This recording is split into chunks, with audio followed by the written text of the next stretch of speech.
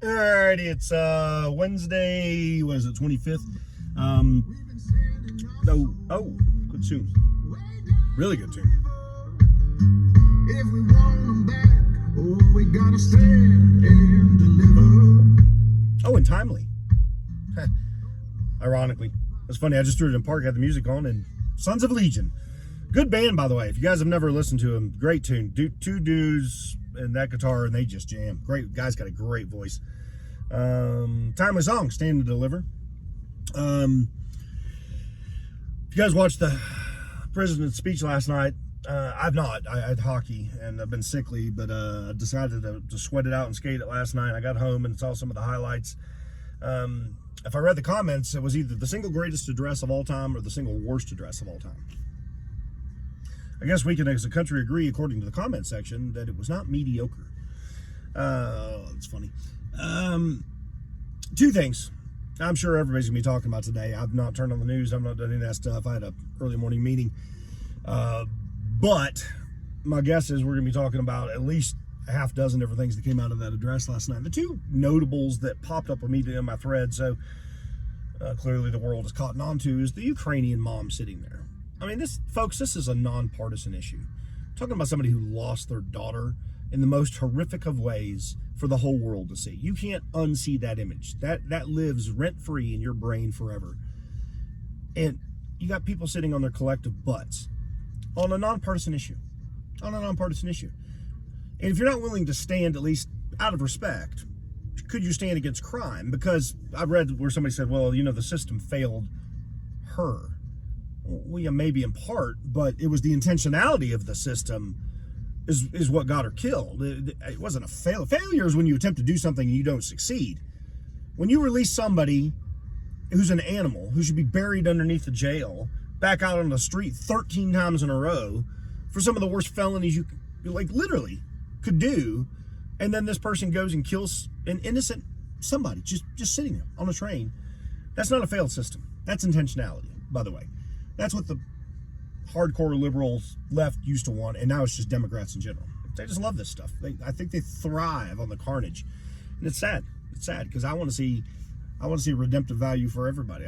Politics should play a far distant 5th, 10th, 20th to everything in life, but instead it's everywhere. We can't get away from it right now. And what bothers me about it the most is, again, this was a nonpartisan deal. This is just simple. This is literally the president saying, hey, will you stand with me in respect? And then the whole, I'm not a Trump guy through and through. I got buddies of mine that would throw him on his shoulders and walk across the desert with no water.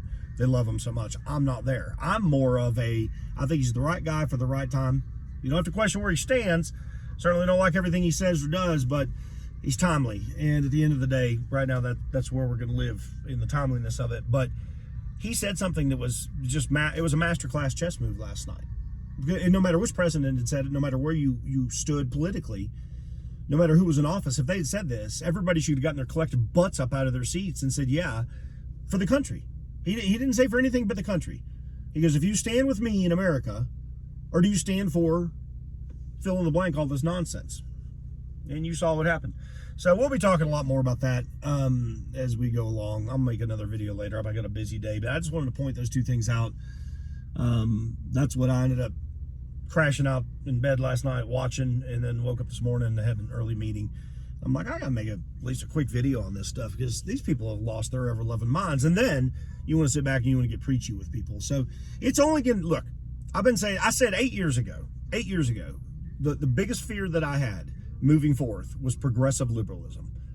Because you're going to see that they're going to embrace ideologies, then you're going to see that they're going to embrace criminal activity. I said it 8 years in a video. 8 years ago. Said it on a half dozen podcasts. And I got laughed out of the park when I first heard it. Oh, you're being this. And I got called names, which of course is exactly what I guess certain people are going to do. I want to sit in the middle. I want to see redemptive value. I want to see people come to Jesus Christ. I want to see people have great relationships. I want to see the country safe. I want to see our kids go to school and not have to worry about walking down a hallway with somebody trying to figure out what bathroom to walk in. These people love this stuff.